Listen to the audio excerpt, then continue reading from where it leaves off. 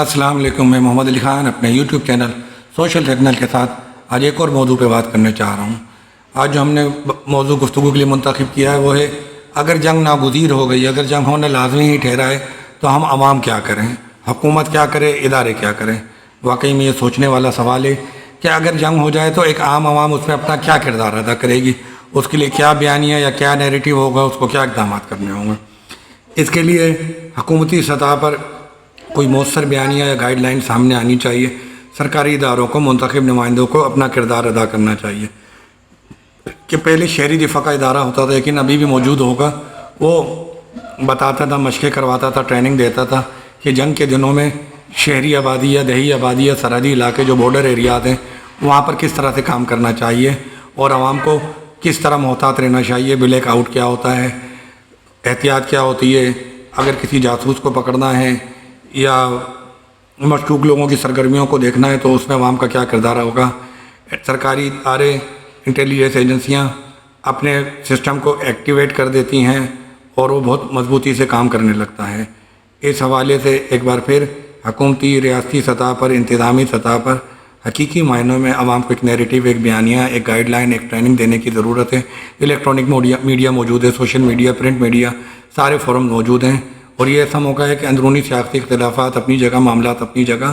حقیقی معنوں میں بھارت کے ساتھ کشیدگی کو لے کے اگر جنگ ہوتی ہے یا جھڑپ ہوتی ہے، کچھ بھی ہوتا ہے، سب ایک پیج پر ہیں۔ تو حکومت کا کام ہے کہ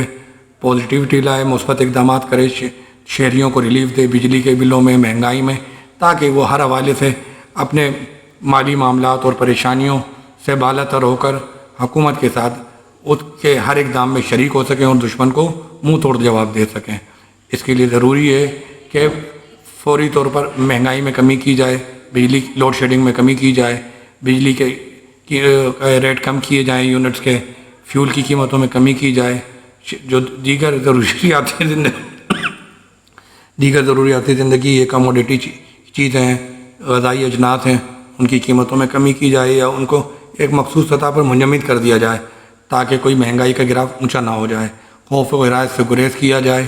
رومرز پھیلانے سے، افواہیں پھیلانے سے گریز کیا جائے۔ اور حکومت کو بھی چاہیے کہ جس حد تک وہ اپنے پرائیویسی کے لحاظ سے، آفیشیل معاملات کے لحاظ سے بہتر سمجھتی ہے، وہ چیزیں منظر عام پہ لائے اور عوام کو اعتماد ملے، تاکہ عوام کو یقین ہو کہ اس کا ساتھ دینے کے لیے جو موجودہ حکومت، جو کوئی بھی ہے، جو کوئی بھی اس کے رہنما ہے، ریاست چلانے والے جو بھی ادارے انتظامی طور پہ، وہ عوام کے ساتھ کھڑے ہیں اور عوام کی جان و مال کا تحفظ کر رہے ہیں۔ سرحدوں پہ فوجی جوان موجود ہیں، یہ وہی فوجی جوان ہیں جس کی وجہ جب وہ جاگ رہے ہوتے ہیں تو ہم سو رہے ہوتے ہیں، تو ان کے جاگنے اور ہمارے سونے کا یہ سلسلہ جاری رہنا چاہیے۔ عوام کو ریلیف ملے گا تو عوام ہر صحیح اقدام پہ حکومت کو سپورٹ کرے گی اور اس کے ساتھ کھڑی ہوگی۔ امید ہے کہ اس حوالے سے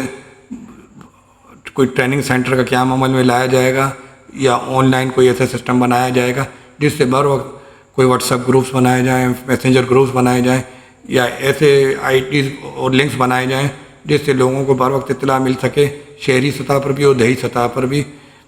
اس کی ٹیکنالوجی کے لحاظ سے اس پر کام کیا جائے۔ آج کل تو اے آئی، آرٹیفیشیل انٹیلیجنس کا دور ہے، اس کو یوٹیلائز کیا جائے اور لوگوں کے مسائل حل کیے جائیں، اور اگر جنگ ناگزیر ہے تو دشمن کا بھرپور مقابلہ کیا جائے، اور کہیں مذاکرات کی گنجائش ہے، لچک کی گنجائش ہے، امن کی گنجائش ہے، کیونکہ امن کی خواہش تو سب کی ہے، تو اس کو ترجیح دی جائے